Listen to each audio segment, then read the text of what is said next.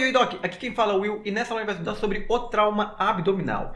Essa aula vai ser dividida em 3 partes, na qual a primeira a gente vai falar sobre uma visão geral do trauma abdominal, a avaliação, o diagnóstico e a conduta. Na segunda a gente vai focar em órgãos específicos, vamos falar a lesão em cada um dos órgãos abdominais. E para finalizar, vamos falar sobre a fratura pélvica, a síndrome compartimental abdominal e a cirurgia para o controle de dano. Mas antes de começar a aula, Doc, dá uma pausada no vídeo e tenta resolver essa questão que está falando sobre tratamento não operatório em um trauma abdominal fechado. Então, quais são as indicações para uma TC, para um LPD, para uma laparotomia? Então, bora falar sobre o trauma abdominal. Mais do que qualquer outro sistema de órgãos e localização no corpo, a gente precisa dominar a anatomia para poder entender sobre trauma abdominal. Por quê? Não dá para tu falar de trauma sem falar o impacto no trauma. Então a gente precisa saber onde é que fica cada coisa, qual tem as estruturas relacionadas, para a gente saber o que pode ser danificado ou não em cada tipo de trauma. Para isso a gente vai definir bem sinteticamente algumas regiões do abdômen. Não é aquela divisão clássica de 9 quadrantes e piriri pororó. Aqui é algo bem prático que vai relacionar estruturas fundamentais no trauma. Então a divisão que a gente faz é abdômen anterior, a região tóraco-abdominal, abdômen lateral, que é o flanco, e abdômen posterior. Bem simples, mas que ajuda muito no raciocínio clínico.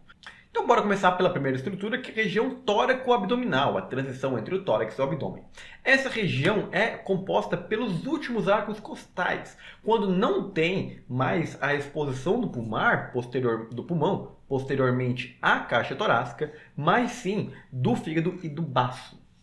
Então essa região aqui, que a gente pode definir mais ou menos aqui como o final do processo tifoide para baixo, entre muitas aspas, uma melhor definição seria a linha do mamilo, mas aqui ainda também pega um pouco do pulmão, mas por definição é da linha do mamilo para baixo. Para baixo até onde? Final do rebordo costal. Então é tudo isso aqui que tem caixa torácica ainda, por isso que é região tóraco-abdominal. Quem está ali? Principalmente diafragma, fígado, baço, estômago e, obviamente, pulmão. Mas o pulmão não está no abdômen, então é outra aula. Então, lesão nesses arcos costais pode provocar dano nesses órgãos. No abdômen anterior é tudo para baixo que está na frente. Bem dedutível. Qual que é o problema do abdômen anterior? Não tem proteção. A musculatura é fraca, não tem osso. Ali é muito fácil lesar. Então a maior parte das lesões moderadas graves ocorrem no abdômen anterior. A parte da cavidade pélvica é a porção inferior do abdômen. Eu vou contar ali mais ou menos da crista ilíaca para baixo, até a sínfise púbica. Então tudo isso é cavidade pélvica. Quando eu estou falando de lesão de cavidade pélvica, eu estou falando de alguns órgãos mais em específico. Principalmente os retroperitoneais. Intraperitoneais também. Então, lesão de bexiga, de reto, de vaso ilíaco, de órgãos reprodutores internos e por aí vai. Já na parte dorso e flanco, é uma porção que ela tem uma estrutura de proteção mais forte. Tem musculatura muito mais robusta, tem a coluna vertebral. Então, acaba tendo muito mais proteção. No entanto, caso perfurado ou caso uma lesão muito forte, geralmente lesões nessas regiões provocam, sobretudo, lesão em órgão retroperitoneal. Sobretudo duodeno, pâncreas, rins e ureteres. Mas outras estruturas, principalmente vasculares, também. O problema da região retroperitoneal é difícil visualização. O FAST é muito difícil visualizar porque ele está bem lá atrás. O LPD não tem como visualizar, porque o LPD é dentro da região intraperitoneal. Mas vocês vão entender isso mais na parte de exame físico dessa aula. Sobre mecanismos de trauma, a gente pode definir o trauma abdominal como 3 grupos bem distintos e que facilita muito a compreensão dos órgãos que podem possivelmente ser lesionados. Começando pelo trauma contuso. O trauma contuso é um trauma que não é penetrativo, ele não tem nada que enfia no corpo, ele é uma pancada. Essa pancada, ela pode ser por algo externo? Pode. É necessariamente por algo externo? Não. Existe outro tipo de lesão contusa que é por desaceleração. Então, tudo que provoca uma grande cinética abdominal pode provocar um trauma contuso. Pode ser por uma pancada? Pode. Pode ser por uma preensão, pode ser por uma queda, pode ser por uma desaceleração, pode ser por um conjunto desses fatores. Qual que é a fisiopatologia? Através de 3 mecanismos de lesão de parede, eu provoco literalmente uma ruptura das estruturas abdominais. Essa ruptura pode ser parcial ou completa, mas eu provoco ruptura. Os 3 tipos de mecanismos são cisalhamento, quando eu tenho 2 estruturas, uma fixa, uma móvel, e elas se partem. Geralmente a móvel ela acaba sendo empurrada, jogada, puxada e acaba rompendo. A distensão, quando eu acabo puxando, e a compressão são os principais mecanismos de lesão. Tudo isso sobre as estruturas viscerais, ósseas ou até as vísceras no osso. Isso tudo vai provocar uma deformação ou uma ruptura da víscera e após essa lesão, o que vai ter? Primeiramente, muito sangue. Muito sangue, muito sangue. Principalmente se for uma víscera maciça, oca também, mas a maciça vai derramar muito sangue. Além disso, se for uma víscera oca, pode provocar muita contaminação intestinal. Vamos lembrar que a gente tem uma microbiota riquíssima dentro do intestino, por exemplo. Uma ruptura pode levar a uma peritonite absurda, mas não é necessariamente que tem que ser só por contaminação bacteriana. Eu posso ter uma ruptura do pâncreas que libera muita lipase, libera muitas enzimas dentro da cavidade peritoneal, dando uma peritonite horrível. Eu posso ter muito sangue na cavidade peritoneal, que é extremamente irritativo também. Então essa contaminação é por microbiota, mas pode ser por outros produtos também. Isso tudo vai provocar uma peritonite no paciente, e essa peritonite vai dar toda a clínica do trauma abdominal. Vale destacar que os mecanismos são os mais diversos possíveis. Eu trouxe 2 exemplos muito clássicos que cobraram bastante em prova de residência. O primeiro é lesão por cinto de segurança.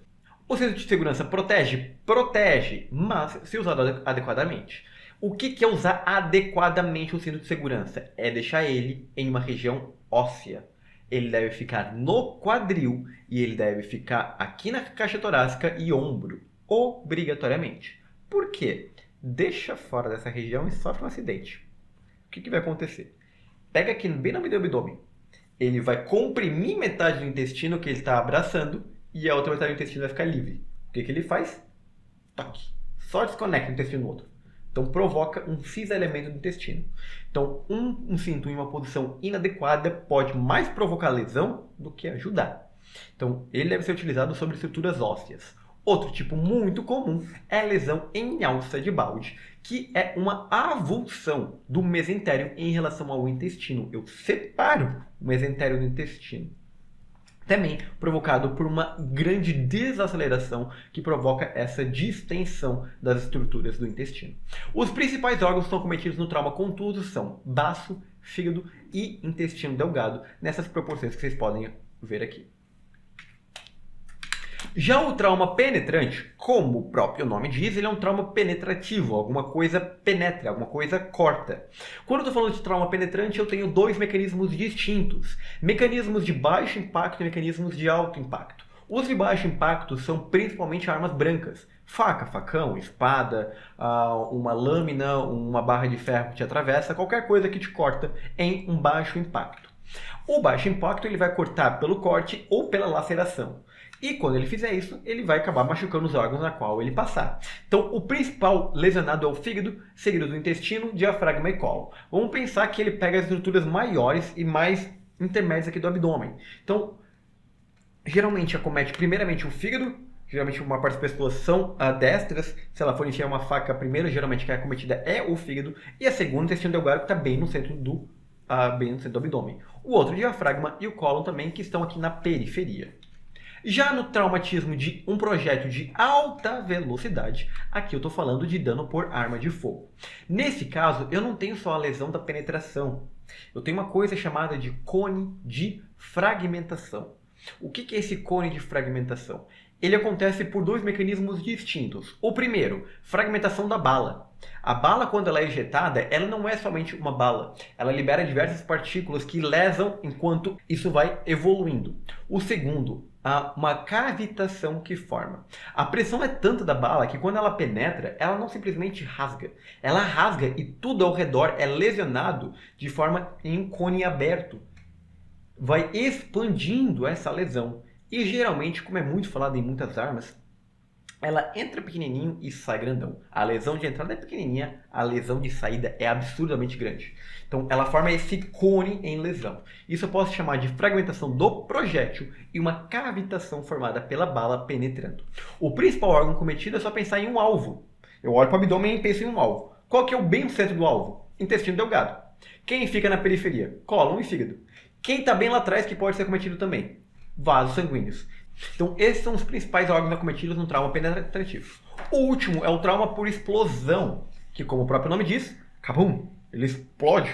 Quando provoca essa explosão, ele provoca os três ao mesmo tempo: penetrativo, contuso e mais um, que é o trauma por impacto de alta pressão. Então, vamos lá. Explodiu, ele empurra as estruturas, ele pode perfurar e enfiar vários objetos, pode empalar vários objetos, e ele provoca impacto por pressão que pode destruir estruturas sensíveis. Por exemplo, membrana timpânica, a parte pulmonar, a parte intestinal, tudo que pode ser facilmente empurrado pelo ar. Então tudo isso pode ser lesionado também. Como é que eu avalio as lesões abdominais? Da mesma forma como a gente faz o exame físico, mas focado na parte abdominal. Primeiramente, um paciente está hipotenso, eu tenho que pensar se essa causa é abdominal. Pô, tem um sangramento, eu preciso descartar se isso não é abdominal. Ele tem sinal de lesão abdominal ou pélvica? É uma pergunta importantíssima. Para isso, eu vou fazer um conjunto de perguntas e um conjunto de exame físico para eu poder confirmar ou descartar. Primeiro, extremamente importante, qual o mecanismo do trauma? Como a gente viu, o mecanismo importa muito. Então, foi carro, eu preciso saber qual o tipo de colisão, foi frontal, lateral, traseiro, a velocidade, entrou alguma estrutura, alguém morreu, alguém está ferido, onde tu estava no carro, como é que estão os outros passageiros, tu estava protegido pelo cinto de segurança, tinha airbag, coisas que podem importar e muito na hora da gente pensar o que pode ter sido lesado. Caiu, qual a altura que caiu? Caiu sobre o quê? Ele levou uma lesão penetrante, foi por arma de fogo, foi por faca, qual a distância do cara que agrediu, qual foi o tipo de arma utilizada, qual foi o número de penetrações, qual foi o sangue que foi perdido, esse trauma foi explosivo, qual a distância do paciente do trauma. Tudo isso importa muito para a gente distinguir e pensar o que pode ser lesado ou não. No exame físico a gente vai avaliar absolutamente tudo. Os sinais cardinais do exame físico: a inspeção, palpação, percussão e ausculta, os 4 pontos extremamente importantes. A inspeção, a gente vai olhar muito, mas muito bem para esse paciente. Ver se tem abrasão, contusão, laceração, alguma penetração, empalamento, evisceração. Na parte de ausculta é mais difícil, mas dá para tentar fazer para ver se não tem alguma obstrução ou algum problema. Só que, obviamente, no barulho da emergência fica bem difícil. A parte de percussão e palpação, eu posso ver se tem irritação peritoneal, diferenciar se essa dor é bem superficial ou mais profunda, ver se tem útero gravídico, por exemplo, entre vários outros tipos. E um exame muito importante é o toque retal. Por quê?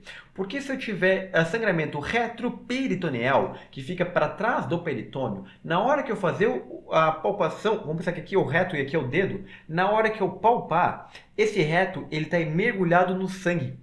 Na hora que eu penetro o dedo no reto, eu vou sentir uma crepitação. Esse reto ele vai vibrar. E essa crepitação ela indica sangramento retroperitoneal. Além disso, eu vou avaliar o tônus do esfíncter para avaliar uma possível lesão neurológica. Eu vou ver a integridade da mucosa retal e ver se tem algum tipo de lesão bem visível de pelve. Aqui eu trouxe 2 imagens para ilustrar muito bem, muito facilmente, lesões que deixa bem intuitivo o que está ocasionando isso. Primeiramente, equimose em escroto perianal, região perineal. O que significa geralmente? Geralmente é lesão uretral que está muito relacionado com lesão pélvica. Então, equimose, hematoma nessa região, muito relacionado com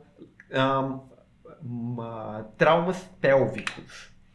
Equimose, hematoma em região de flanco, chamado de sinal de Gray-Turner, é uma hemorragia, geralmente indica uma hemorragia retroperitoneal. O sangue literalmente sai daqui e vai dando a volta. Mesma coisa para esse equimose periumbilical, a diferença é que ela chama de sinal de Cullen.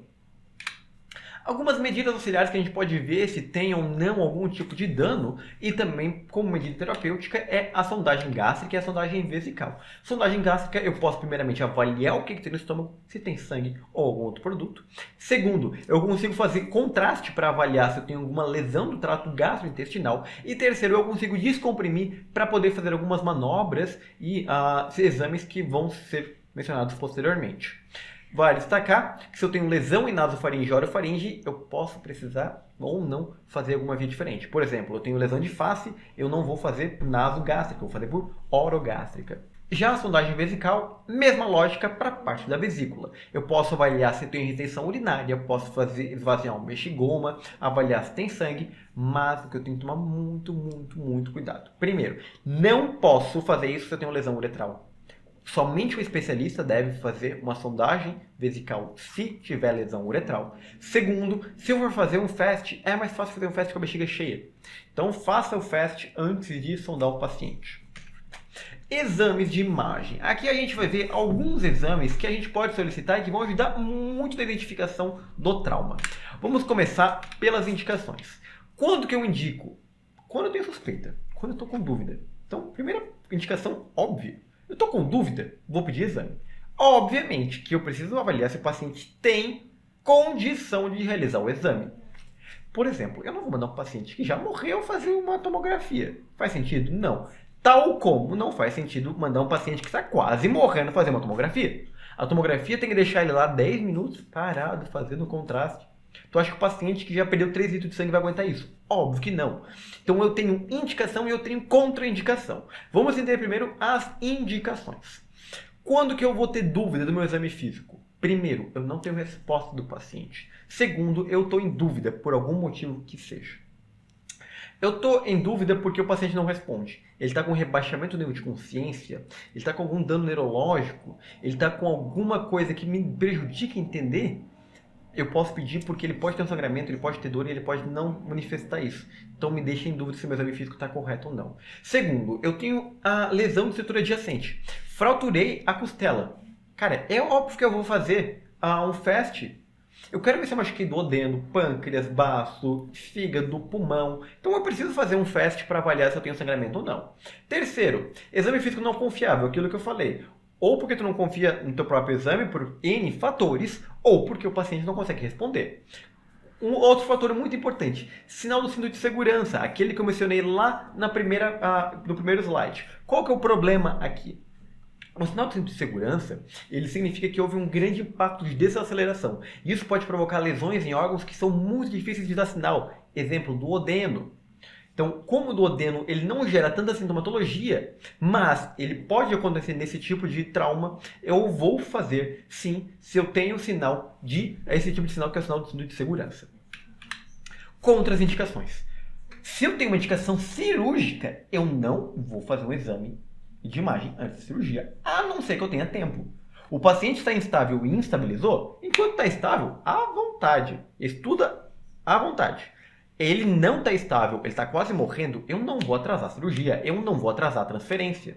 Eu vou passar o paciente para quem deve fazer a cirurgia, transferir para um centro de referência. Agora bora estudar os exames de imagem propriamente dito, começando pelo mais famoso, mais cobrado, mais utilizado e, vou ser bem sincero, o mais maravilhoso, o FAST. O FAST é um método muito rápido, muito eficiente, mas que depende de quem está realizando também, que é um ultrassom de abdômen. O que ele significa? Ele significa basicamente que é uma ultrassonografia específica para trauma, para avaliar as regiões específicas mais comuns de acontecerem extravasamentos líquidos. Em outras palavras, eu vou colocar ultrassom, a maquininha do ultrassom, esqueci o nome, perdão, em 4 pontos específicos, ou em em mais, se eu fizer o FAST estendido, para avaliar se eu tenho alguma lesão ou algum sangramento. Ele identifica a lesão? Não. FAST não identifica lesão. Eu posso? Até posso, mas ele não serve para isso. Ele serve para indicar vazamento, extravasamento de líquido. Mas, propriamente dito, sangue. Se eu tenho sangramento, eu vou estar vendo através do FAST isso. Os pontos do FAST são a janela subxifoide, que vai ver sobretudo a parte de cardíaca e pericárdio, se tem um tamponamento cardíaco, A janela hepatorenal, que eu estou avaliando o espaço de Morrison, que é ali o espaço do quadrante superior direito, entre o rim e o fígado, para avaliar se eu tenho alguma lesão renal, alguma lesão de fígado que possa provocando esse vazamento de líquidos. O terceiro espaço é o espaço esplenorenal, mesma lógica do lado contrário, estou avaliando o espaço entre baço e rim. E o quarto espaço é chamado janela suprapúbica, que está avaliando a região ali suprapúbica, a região o abdômen baixo e também pelve. Ali também posso avaliar o fundo sábio de Douglas se eu estiver avaliando em uma mulher. Já o LPD, ele significa lavado peritoneal diagnóstico. O que significa o LPD? Eu vou simplesmente coletar líquido que está na cavidade peritoneal e eu vou estudar esse líquido. Eu vou ver se tem sangue ou não. Se eu simplesmente coletar, tiver pelo menos 10 milímetros de sangue, significa que eu tenho sangramento. Mas eu posso também fazer lavagem. Eu injeto soro e recoleto. Daí precisa fazer um processamento para avaliar o quanto de sangue tem ali. Vale destacar que se eu for fazer um LPD, eu preciso obrigatoriamente descomprimir a bexiga e o estômago para evitar fazer algum dano, uma iatrogenia durante o procedimento. E onde geralmente é feito o LPD? Ele geralmente é feito na região infraumbilical, mas, obviamente, de bexiga vazia. E que não seja uma mulher grávida, né? Pelo amor de Deus. Tu não vai enfiar uma agulha no útero dessa mulher. Então, se for uma mulher grávida, tu vai fazer na região supraumbilical. De preferência, tu vai palpar o útero e fazer bem acima do útero para não ter risco de perfurar o bebê. O útero, no caso, né? Beleza. O LPD ele pode ser muito útil, mas ele é pouco utilizado nos dias de hoje por conta do FAST. Com o FAST eu não preciso furar o paciente. Eu consigo avaliar se ele tem sangramento de forma muito mais eficiente. A TC de abdômen ela é muito eficiente. E quando que eu indico a TC de abdômen? Eu vou indicar a TC de abdômen quando, primeiramente, eu tiver um indicativo de lesão. Eu tenho uma coisa que já me sugere que eu tenho lesão. Não preciso fazer festa, não preciso pensar em outra coisa, mas já vou falar ressalvo. Ele tem um indicativo de lesão, ele tem fratura de costela, ele tem um sinal de hemorragia retroperitoneal, um Great Turner, um Cullen, um toque retal com crepitação. Ele tem alguma coisa que sugere já que eu tenho dano. Pode pedir uma tomografia direto. Segundo indicativo de pedir uma tomografia. Eu fiz um FAST, eu fiz um LPD e ele veio com sangue. Dá um signo desse sangue. O meu FAST não detecta. O meu LPD também não. Então a TC vai detectar. Esses são os principais indicativos de TC. Eu posso ter outras condições, dependendo da ocasião, que me convier no momento? Posso. Posso avaliar o grau de lesão, eu posso avaliar a extensão, outros órgãos acometidos, eu tenho várias funções da TC. Mas quando eu repito, eu não devo usar TC. E isso aqui, ó, é extremamente cobrado. Mas quando eu digo extremamente, pensa assim, ó, é muito cobrado. Essa frase vai salvar muita questão de residência. Não peço TC se o paciente estiver instável. Eu preciso de tempo para fazer TC. Eu não vou correr o risco do paciente. O paciente está instável, vai para a mesa cirúrgica. Me importa saber se ele tem lesão de fígado, onde é que está, se eu vou abrir esse paciente e vou ver o fígado dele. Não, eu já vou ver naturalmente. Então não preciso pedir TC. Certo? Memorizem isso porque é muito importante. Não peço TC se o paciente está instável. É regra obrigatória. Paciente instável, não peço TC. Outro exame muito importantíssimo. Laparoscopia, toracoscopia, videotoracoscopia diagnóstica. São todos sinônimos, tá? Exceto que laparoscopia é abdômen, toracoscopia é tórax. Mas vídeo, com sem vídeo, é a mesma coisa. O que é isso?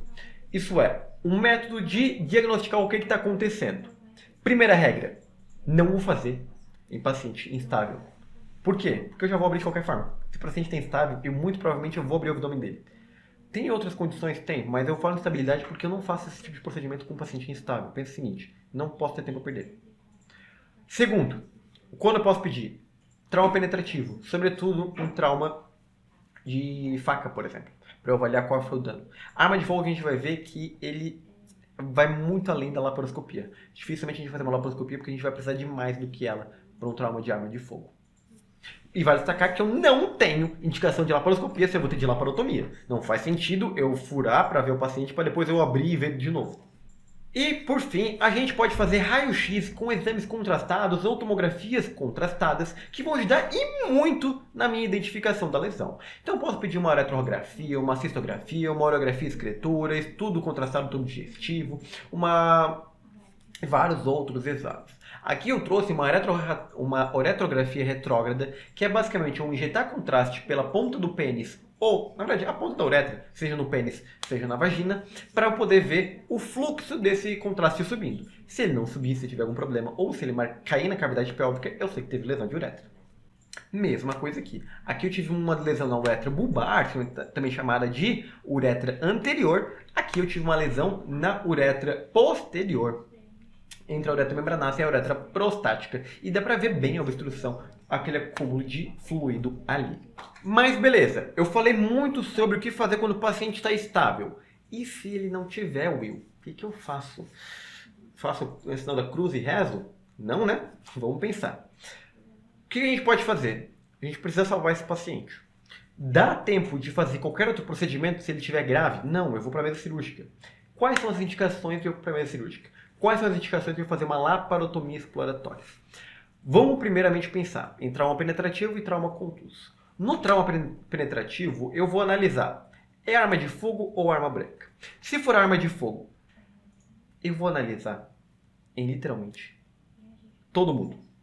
A probabilidade de fazer uma lesão abdominal de órgãos abdominais é de 98%. Então, prevalência de 98% dos pacientes que têm arma de fogo tem lesão de órgão. Então, eu vou fazer em todo mundo, basicamente. Então, ele por si só, uma arma de fogo que fez trajetória transfixante, passou pelo corpo, eu vou fazer uma laparotomia exploratória. A arma branca é só 30% que tem lesão. E o que significa? Que só vou fazer se o paciente tiver indicação. As indicações são bem óbvias. Instabilidade hemodinâmica, peritonite ou eu acho que está perfurado. Então, são basicamente bem simples. Como é que eu acho que está perfurado? Eu vejo que está eviscerando. É um sinal de hemorragia que está saindo sangue, muito sangue. Está saindo sangue pela boca, saindo sangue pelo ânus, saindo sangue pelo xixi. Fiz lavado gástrico, eu fiz uretrografia e saiu sangue. Se está entrando sangue, significa que tem alguma lesão que está provocando essa entrada. Então, é indicativo fazer uma laparotomia exploratória. Em trauma contuso é um pouco mais complicado, sobretudo em alguns traumas em órgãos específicos. Quais são as indicações? Instabilidade hemodinâmica, então a mesma lógica de sangramento intraperitoneal em órgãos. E como é que eu posso saber se é sangramento? FAST, por sinais de hemorragia e se eu tiver algum choque no paciente e eu não acho qual é a causa. Eu tenho que descartar que pode ser abdominal. Peritonite e sinais de perfuração abdominal, um pneu peritônio, área retroperitoneal e até mesmo ruptura de diafragma. TC com contraste que vem lesão visceral é uma indicativa de fazer também. E um LPD com aspiração de conteúdo. Então eu posso às vezes aspiro aqui na cavidade peritoneal uma bile. Eu aspiro um conteúdo alimentar, eu aspiro muito sangue, eu aspiro alguma coisa que indica que esse paciente tem uma perfuração. Vai destacar que tem exceções, tá? A gente vai ver na aula de órgãos específicos que apesar dessas indicações, em alguns órgãos eu não opero mesmo com algum desses sinais aqui em cima.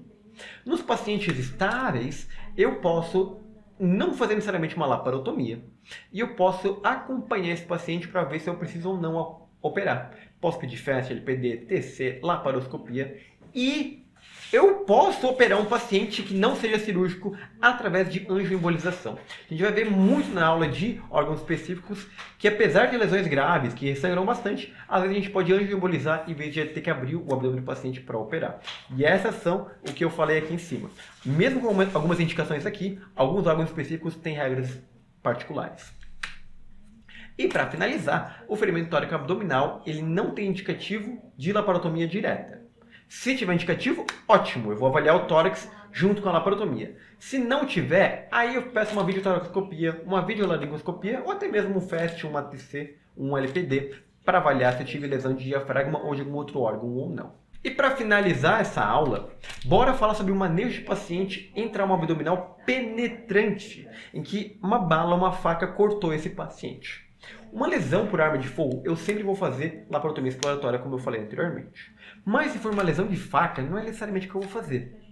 Esse paciente tem aqueles indicativos de laparotomia? Se ele tiver, vai. Está instável, tem peritonite, tem sinal de penetração? Só vai. Não tem? Então eu vou acompanhar esse paciente. Como é que eu acompanho esse paciente? Primeiramente, eu preciso me certificar que ele não tem penetração peritoneal. Se tiver, vai para a mesa. Como é que eu me certifico? Só olhando? Não, não dá. O que eu vou fazer? Eu vou enfiar meu dedo na ferida e vou procurar. Eu vou apalpar ali e vou sentir se tem algum toque em alguma víscera ou não. Se tem alguma camada de proteção peritônio ali. Não rompeu um peritônio? Eu não preciso operar. Vou só acompanhar. Rompeu o peritônio, aí eu vou acompanhar esse paciente. Ou se ele está duvidoso também. Não vou necessariamente mandar para a laparotomia ainda. Se ele não teve lesão peritoneal, o que é o seguinte? Eu vou dar alta cuidando do curativo, cuidando da lesão e com as orientações.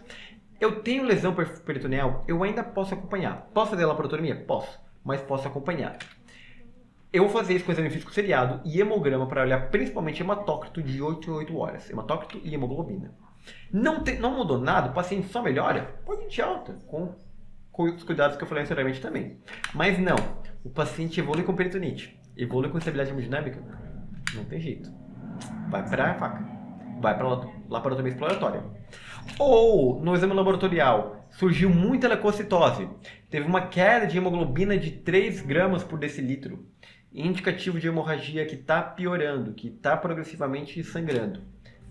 Aí eu posso pensar, se ele estiver estável, apesar desses exames laboratoriais, eu posso pedir uma TC, um LPD, para avaliar o que está acontecendo. Mas, se eu não puder fazer isso, laparotomia também no paciente, para avaliar o que está provocando isso. E assim a gente terminou essa aula. Agora bora resolver a questão que a gente viu lá no início da aula. Acerca do tratamento não operatório no trauma fechado, a alternativa correta. O grau da lesão é condição determinante para ser instituído. Para o tratamento ser instituído. A condição do paciente é o determinante. As doenças que ele tem, o número de lesões, o número de órgãos afetados, o estado hemodinâmico dele, a resposta, por aí vai. Esse tratamento pode ser feito com diagnóstico ecográfico de lesão de vísceras paraquimentosas, como fígado, baço ou rim. Ecografia, ultrassom, FAST não faz diagnóstico. Eu não posso ver a lesão, eu vejo sangramento. Eu não vejo se tem especificamente lesão. Esse tratamento pode ser feito em pacientes cujo achado de tomografia ou ultrassom seja líquido livre, sem lesão de víscera paraquimatosa, desde que o paciente esteja hemodinamicamente estável e sem sinal de peritonite. Perfeitamente! Qual que é o erro dessa afirmativa? É a parte do ultrassom. Eu preciso de TC se o paciente tiver FAST positivo. Então, eu posso fazer se o paciente tiver tomografia? Posso, perfeitamente posso. Perfeitamente eu posso. Mas o ultrassom não. O ultrassom não é indicativo. Se eu tiver ultrassom positivo, eu devo pedir também o TC. A TC sim, tem que estar certo. D. Esse tratamento pode ser feito em paciente estável hemodinamicamente? Pode. Desde que o diagnóstico de lesão de víscera paraquimatosa seja feito através de exame de tomografia e que seja acompanhado intensivamente por equipe horizontal? Perfeito. Quem vai fazer a avaliação é a tomografia. O FAST não faz. O FAST vê se tem sangramento ou não. Se meu FAST vier positivo, eu preciso pedir uma TC ou uma vídeo tóraco, uma vídeo laparoscopia. D. Esse tratamento não é a melhor escolha para paciente de lesão hepática grau 3. A gente vai ver na aula seguinte que, na verdade, pode sim ser feito na lesão hepática de grau 3, sim. É só pensar na letra A. O grau da lesão não é indicativo obrigatoriamente de tratamento não operatório, de tratamento conservador. Agora bora resolver os flashcards para consolidar bem esse conteúdo. Equimose em região de flanco abdominal é chamado de sinal de Gray Turner e pode indicar hemorragia retroperitoneal. Quais são as indicações para a laparotomia exploratória em lesão por arma branca na avaliação primária? Laparotomia exploratória, é na faca. Eu vou abrir esse paciente para ver. Qual é o indicativo? Os clássicos: instabilidade, perfuração e peritonite. Último flashcard. Em caso de trauma por arma branca que não haja indicação de laparotomia exploratória, qual o exame deve ser realizado? Vou pedir um FAST? Vou pedir uma tomografia? Vou pedir uma videotoracoscopia ou laparoscopia? Algo muito mais simples, Doc. É arma branca, eu perfurei o paciente. Eu preciso saber se ele se houve penetração peritoneal ou não. O que eu faço? Exploração digital. Eu vou colocar meu dedo e avaliar se houve ou não perfuração. A partir daí que eu posso pensar nos outros exames. E para resumir essa aula, a gente aprendeu sobretudo sobre os exames, que a gente viu o LPD e o FAST, que são sobretudo feitos para pacientes com rebaixamento de nível de consciência e para exame físico não confiável, ou se tiverem lesões de estruturas adjacentes, pelve, arcos costais. Tomografia, que vai avaliar principalmente para pessoal FAST positivo, sinal de sangramento e, obrigatoriamente, tem que ter estabilidade hemodinâmica. E a laparoscopia, que serve muito para trauma penetrativo e para hemorragia, mas não pode haver indicação de laparotomia para fazer ele. E sobre a laparotomia exploratória, as principais indicações são: na PAF, todos os pacientes; em arma branca é a tríplice lá, penetração peritoneal, irritação ou instabilidade; e no trauma contuso é as mesmas condições, associado também à ruptura de peritônio, de diafragma, perdão, a pneumoperitônio e tomografia ou LPD positivo. Nesse caso, se o paciente estiver instável também. Se ele estiver estável, eu posso pedir uma TC anteriormente para poder avaliar. E essas são as referências usadas na aula.